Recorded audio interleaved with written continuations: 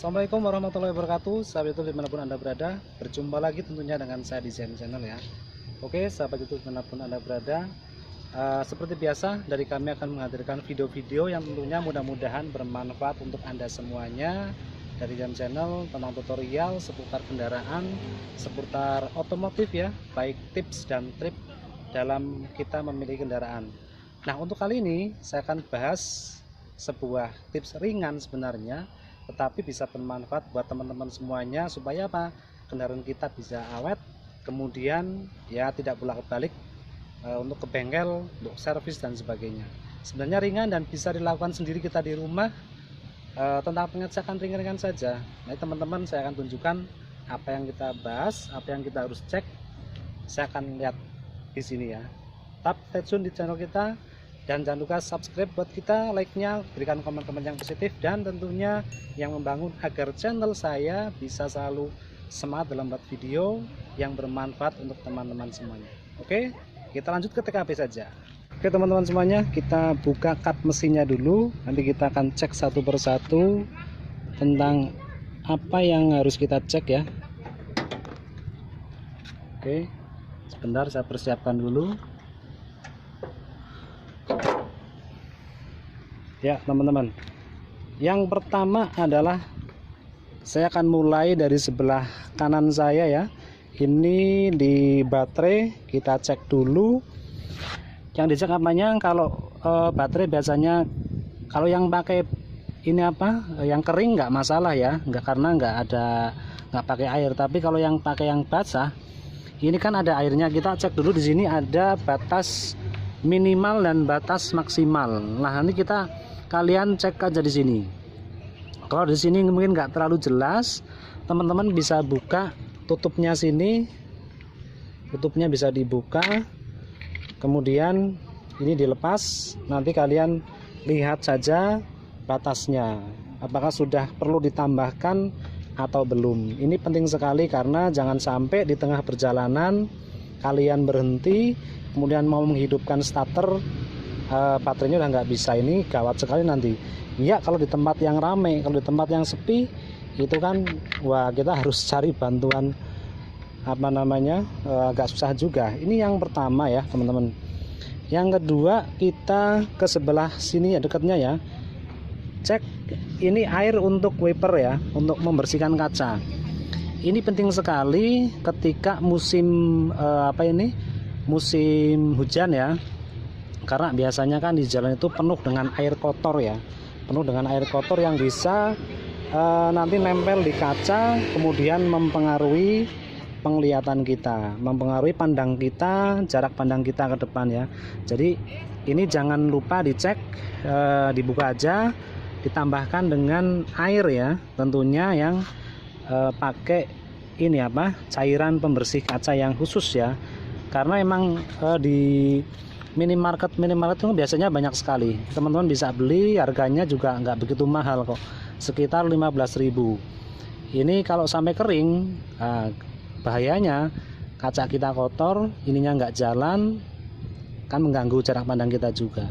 Ini yang kedua. Kemudian yang berikutnya adalah ini ada radiator ya, coolant. Kita cek, kalian bisa cek di sini. Ada batas maksimal, ada batas minimal juga. Nah ini saya shoot ya, kelihatan nggak ini teman-teman? Mudah-mudahan bisa kelihatan ini. Nah ini ada full, ada low ya. Ini garis low di bawah ini. Jadi di sini biasanya ada apa? Batasnya. Ini batas minimalnya, ini batas maksimalnya di atas ini. Nah teman-teman usahakan yang aman ya, jangan sampai cairan apa ini, radiator ini atau coolant ini kurang, karena ini efeknya bisa ke semuanya. Kalau kendaraannya apa ini terlalu panas, nanti bisa overheat. Nah ini malah bisa susah, kita mungkin nggak akan jalan lagi ya. Ini penting sekali cairan radiator, sering-sering kalian cek ya, kita cek ya, mungkin sekitar seminggu sekali atau sebulan sekali ya, biar aman. Kalau masih normal nggak masalah. Kalau masih normal, karena saya pernah dulu pakai yang udah tahunnya agak tua juga. Ini juga karena pernah bermasalah dengan radiator, ini sering saya cek karena supaya tidak terjadi masalah yang berat nanti ke depannya. Kemudian yang berikutnya, yang keempat itu ini ada filter ya, ada filter. Nanti filter ini bisa dilepas. Kalian kalau nggak mau ke bengkel, tinggal di pinggir jalan mampir ke mana itu, mampir ke apa ini, tukang tambal ban ya. Ini dibuka aja, diambil ininya, kemudian disemprot aja pakai kompresor, nanti bersih. Itu juga salah satu tips ringan, tapi efeknya juga lumayan kerasa di mesin ya. Jangan kita cuma pakai terus ya, tapi perlu dirawat juga. Dipakai terus nggak pernah dirawat, tahu-tahu ada yang rusak, kita yang repot sendiri. Ini untuk filternya ya, filternya kalian bisa bersihkan, nggak harus apa ini ke bengkel besar, orang cuma bersini kan di pinggir jalan biasanya kan ada apa itu, tambah angin ya, atau tukang tambal ban, dilepas saja di sana. Itu cukup mungkin 5.000 lah, nggak sampai 5.000 udah bersih. Efeknya ke mesin juga bagus. Ini teman-teman bisa lihat yang ini juga. Kemudian yang berikutnya adalah oli mesin. Oli mesin ya, kalian bisa cek lewat ini. Ini ada alatnya untuk ngukur juga. Ini saya cabut ya, saya ambil. Ini teman-teman. Nah, kalau oli mesin itu, ini saya letakkan di mana ya? Satu pegang kamera, satu pegang ini. Ini ada titik 2 itu ya. Saya katakan yang sebelah kiri dan sebelah kanan itu ada batas minimalnya. Nah, teman-teman nanti usahakan selalu di batas titik yang atas ya. Kalau dijengking seperti ini di titik yang atas, jangan sampai kurang. Jadi inilah fungsinya kita ngecek untuk ini apa, oli mesin. Tentunya waktunya itu biasanya sebelum kendaraan dipanasi ya, pagi hari lah, pagi hari atau siang hari, yang penting kendaraan belum dinyalain. Itu supaya olinya nanti apa, kelihatannya normal atau tidak. Karena jangan sampai olinya itu kekurangan, nanti bahaya. Kalau olinya sudah berkurang, ini berarti terjadi sesuatu di mesin. Ada yang kebakar kan, nah itu perlu dicek ke bengkel. Nah kalau udah normal biasanya di titik yang atas itu ya. Jangan lupa untuk oli biasanya sih, kalau saya sih biasanya sekitar 5.000 kilo lah, 5.000 kilo itu kita ganti. Jadi saya nggak pakai patokan bulan ya, saya nggak pakai patokan 1 bulan, 2 bulan, atau 6 bulan, bahkan 10 bulan tidak. Tapi saya patokannya adalah kilometer. Karena kalau udah 5.000 saya ganti. Misalnya belum 6 bulan tapi udah 5.000, sebaiknya diganti juga. Kalau udah 6 bulan belum 5.000 ya belum diganti. Makanya saya patokannya adalah kilometer ya. Karena kalau patokannya bulan itu biasanya yang namanya kendaraan kan kadang sering dipakai, kadang di rumah aja gitu. Nah ini yang untuk olinya ya.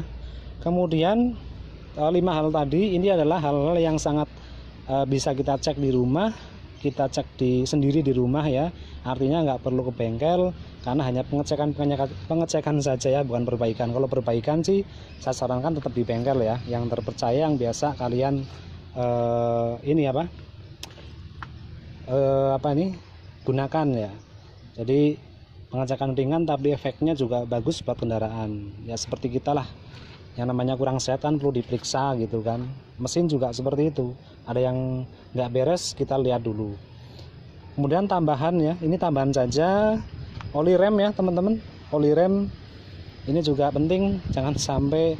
Tapi kalau oli rem itu biasanya sih lama juga, maksudnya kurangnya itu lama. Tapi barangkali terjadi kebocoran kan kita nggak tahu juga ya. Nah itu kalau masalah lampu-lampu itu juga bisa dicek kalian, terutama lampu sen ya, lampu sen, lampu kota, lampu malam, kemudian lampu rem juga ini yang kadang sering saya temukan di jalan itu. Kalau lampu rem kadang yang nyala satu nggak masalah, cuma sebaiknya nyalanya ya dua-duanya ya, kanan kiri nyala semua. Jadi jangan dibiarkan aja. Demi apa? Demi keselamatan kita dan kendaraan yang ada di belakang kita. Lampu rem usahakan nyala semuanya, lampu sen juga dinyalain semuanya, dan tentunya lampu-lampu yang lain yang memang difungsikan kebutuhan kita ketika malam hari. Itu teman-teman semuanya dari saya, tips ringan tapi mudah-mudahan efeknya juga bagus buat kendaraan kita. Terima kasih, sampai jumpa di video berikutnya. Tentunya jangan lupa subscribe bagi teman-teman yang baru gabung dengan channel kita. Tunggu-tunggu lagi video berikutnya dari kita ya. Tunggu-tunggu ya, double-double ini. Terima kasih. Wassalamualaikum warahmatullahi wabarakatuh. Bye.